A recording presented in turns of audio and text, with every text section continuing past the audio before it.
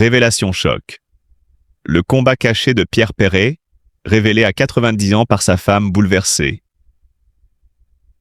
C'est une de ces confidences que l'on redoute, que l'on sent venir dans le silence d'un regard, dans la voix d'une femme qui vacille sous le poids d'une vérité trop lourde. À 90 ans, Pierre Perret, monument de la chanson française, se retrouve aujourd'hui au cœur d'un drame intime que sa famille avait jusqu'ici soigneusement protégé des projecteurs. Et c'est sa compagne de toujours, celle qui l'a accompagné dans les triomphes comme dans les tempêtes, qui a brisé le silence dans un murmure à peine audible. Pierre se bat, chaque jour, contre une maladie que personne ne devrait affronter à cet âge. Ce n'est pas seulement un combat contre la maladie, c'est une lutte contre l'incompréhension, les regards incrédules et la peur. Car oui, c'est bien d'un cancer du col de l'utérus, diagnostiqué tardivement dans un cas rarissime chez un homme. Erreur de communication médicale ou malformation génétique rare? Peu importe. Le résultat est là, cruel, implacable. Une anomalie biologique qui bouleverse toutes les certitudes. Et qui plonge l'entourage du chanteur dans une angoisse permanente. Derrière ses lunettes rondes et son sourire malicieux, Pierre Perret a longtemps incarné la légèreté, l'insolence tendre et la sagesse populaire. Mais aujourd'hui, l'artiste est méconnaissable. Affaibli, amaigri, il peine à se déplacer. Chaque geste est devenu un effort. Chaque respiration, un rappel de la douleur qui le ronge. Les médecins sont formels. Le combat sera long. Incertain. Et pourtant, dans ce corps marqué par les années, subsiste une volonté de faire. L'homme qui a fait rire et réfléchir des générations ne baisse pas les bras. Sa femme, d'ordinaire discrète, a choisi de parler non pas pour alarmer, mais pour témoigner. Car au-delà du choc que suscite la nature même de cette maladie, c'est toute une philosophie de vie qu'elle défend. Il faut dire les choses, même les plus absurdes, même les plus douloureuses. Pierre mérite qu'on sache. Ce cri du cœur, elle l'a poussé après des semaines de silence, au chevet de celui qu'elle appelle encore tendrement son Pierrot. Les yeux embués de larmes, elle évoque les nuits sans sommeil, les cris étouffés dans l'oreiller et les espoirs suspendus à chaque rendez-vous médical. Dans leur maison de campagne, autrefois vivante et chaleureuse, règne aujourd'hui un calme pesant. Les volets sont mi-clos, les visites rares. Les proches, abasourdis, oscillent entre déni et douleur. Le téléphone ne sonne plus qu'avec crainte. Chaque appel peut être porteur d'une mauvaise nouvelle. Et pourtant, malgré tout cela, un rituel subsiste. Chaque matin, Pierre s'assoit près de la fenêtre, regarde les arbres et murmure quelques vers. La poésie comme dernier refuge, la musique comme ultime résistance. Il y a quelque chose de bouleversant dans cette fragilité assumée. Pierre Perret, longtemps gardien de la légèreté française, se révèle dans une nouvelle dimension, celle d'un homme nu, vulnérable mais digne. Et cela force le respect. Car, au lieu de fuir, il reste, il affronte, il endure. Ce courage-là ne fait pas la une des journaux People, mais il mérite mieux. Il mérite notre écoute. La question de la nature même de sa maladie continue d'interroger. Les médecins eux-mêmes sont prudents dans leur diagnostic. Certains évoquent une mutation cellulaire atypique, d'autres une forme rare d'endométriose transformée en cancer chez l'homme. Rien n'est confirmé. Mais l'essentiel n'est plus là. Ce qui compte désormais, c'est le présent, fragile et précieux. Ce sont les mains qui se serrent, les silences qui consolent, les souvenirs qui ressurgissent. Ces enfants bouleversés évident les médias. Mais l'un d'eux, dans un message diffusé discrètement sur les réseaux sociaux, a lâché ces quelques mots. « Mon père est un roc. Même malade, il continue de nous inspirer. » Et c'est sans doute cela qui traverse toute cette tragédie. Une force intérieure, un amour immense, un refus de se laisser engloutir par la peur. Le monde du spectacle, lui, reste sans voix. Les collègues de toujours, les artistes qu'il a inspirés, les fans anonymes, tous se taisent, respectant une pudeur imposée par la gravité de la situation. Mais en coulisses, les messages de soutien affluent.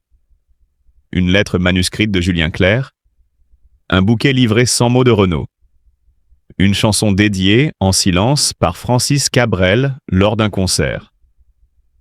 Chacun, à sa manière, dit à Pierre qu'il n'est pas seul.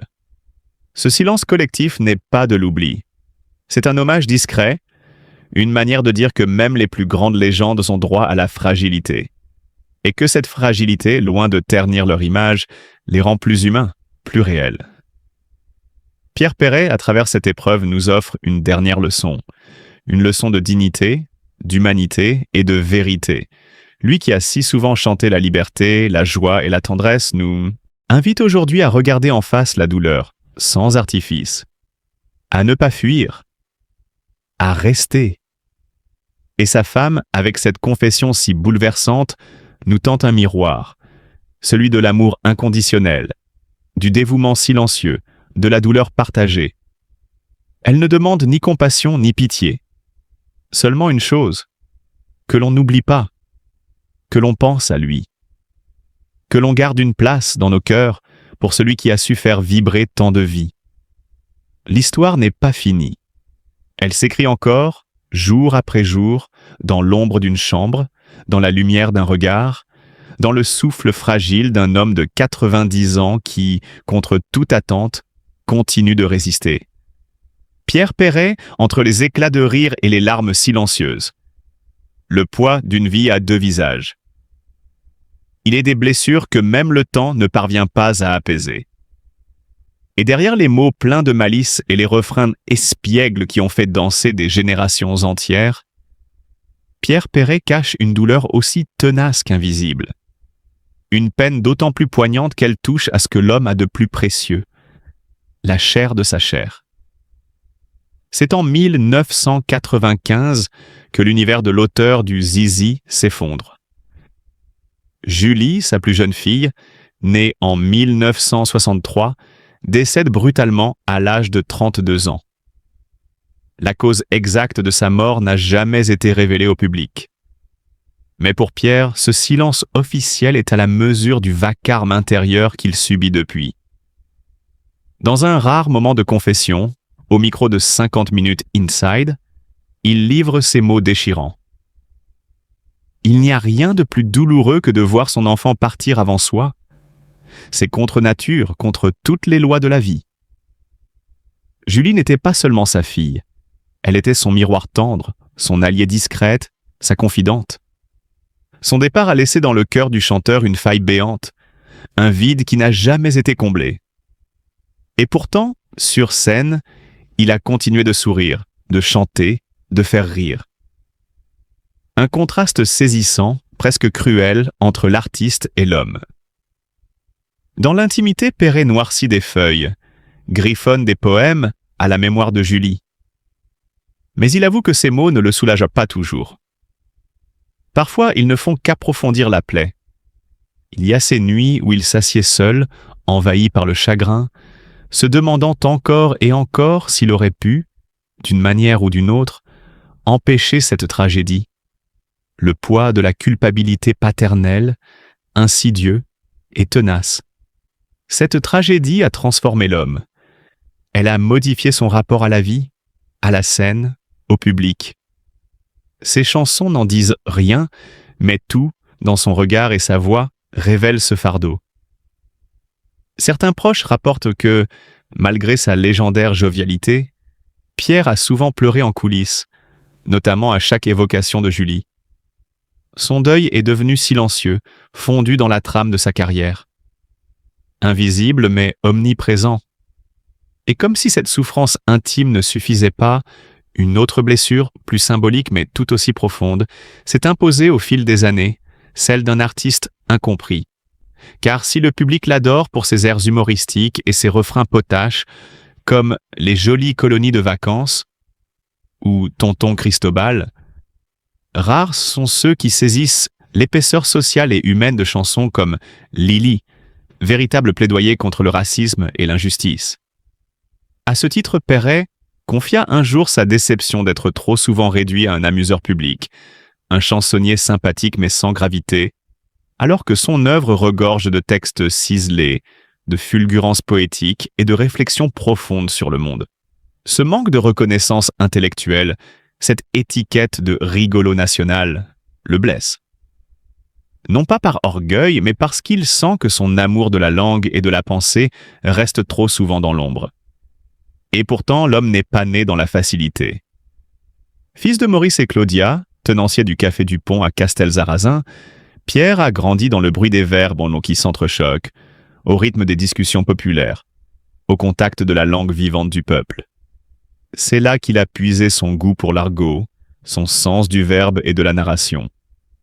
À 14 ans, il entre au Conservatoire d'art dramatique, puis étudie le saxophone au Conservatoire de Toulouse.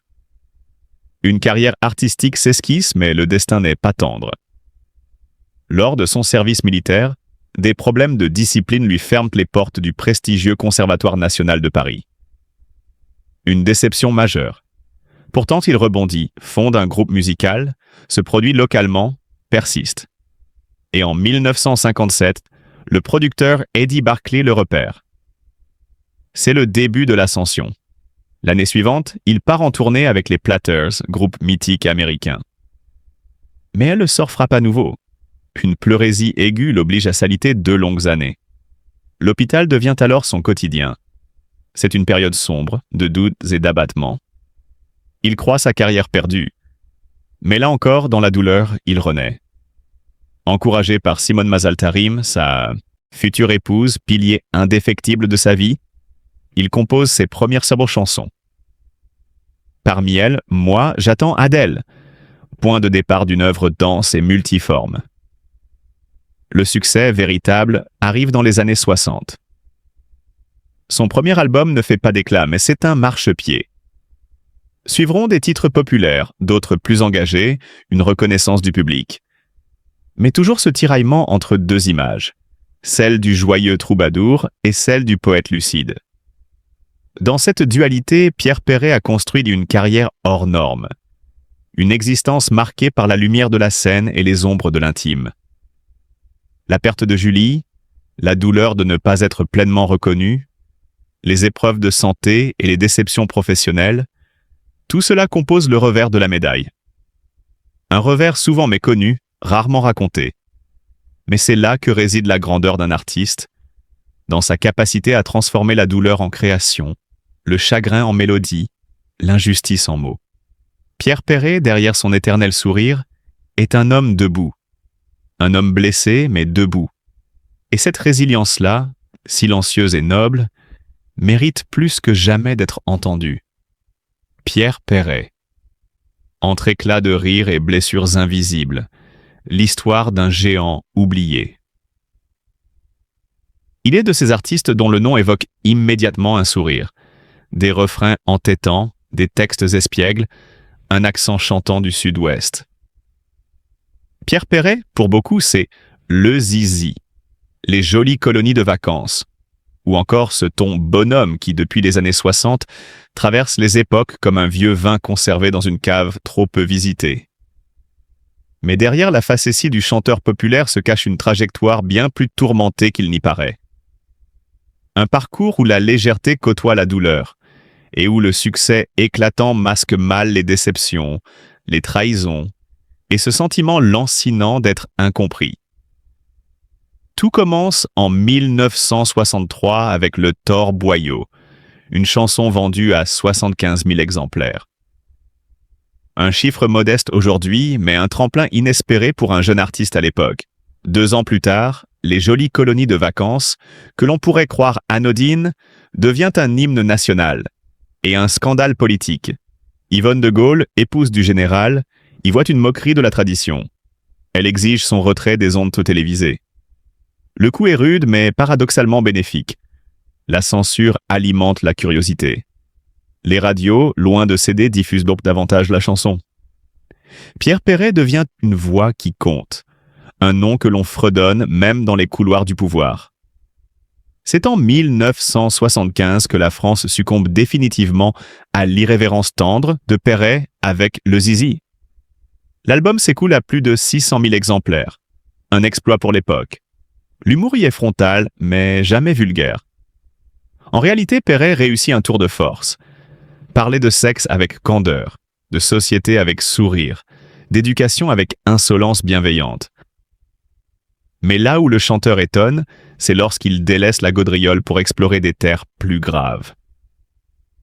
Lily, en 1977, est de celle-là. Chanson antiraciste puissante, elle remporte un prix de la LICRA. Pourtant, elle dérange. Certains la jugent trop militante, d'autres trop poétique pour dénoncer réellement. Et pourtant, l'Éducation nationale l'inclut dans les épreuves de français. Une reconnaissance officielle, mais aussi un défi. Comment un chanteur que l'on croyait simplement farceur peut-il prétendre au rang d'auteur engagé? Perret répond par ses textes, inlassablement. Ma nouvelle adresse, hommage à Jacques Brel ou Mon petit loup, ode à la diversité culturelle, témoigne d'une sensibilité fine, d'une humanité vibrante. Mais le public habitué à rire peine à suivre. Cette dualité est le nœud de son parcours. Trop drôle pour être pris au sérieux. Trop sincère pour être relégué au rang de clown. Dans les années 80, Pierre Perret sent l'érosion. Ses ventes chutent. Les maisons de disques le négligeant. Il apprend à ses dépens que la reconnaissance ne suffit pas à faire vivre un artiste. Barclay et Vogue, ses labels, le soupaient. Un affront qui le pousse à l'indépendance. Il crée son propre label, Ad 9, par fierté, par nécessité aussi. Mais l'autonomie a un coût. Les moyens manquent, les radios le boudent. L'industrie le regarde comme une vieille relique d'un temps révolu. Les années 90 sont cruelles. Un investissement hasardeux le ruine. Pour s'en sortir, il vend des objets personnels. Ce n'est pas seulement l'argent qu'il perd, c'est une partie de sa mémoire. Le chanteur aux yeux malicieux pleure en silence. Et pourtant, il refuse de céder. Il s'accroche, apprend à jouer de nouveaux instruments, s'initie à d'autres langues, lit, écrit. Sa relation avec Georges Brassens, précieuse, l'aide à tenir. Mais la fatigue s'installe. La lassitude aussi. À chaque concert, il se demande « Vont-ils encore écouter ?» Parfois, le doute le submerge. Les paroles qu'il met des nuits entières à ciseler,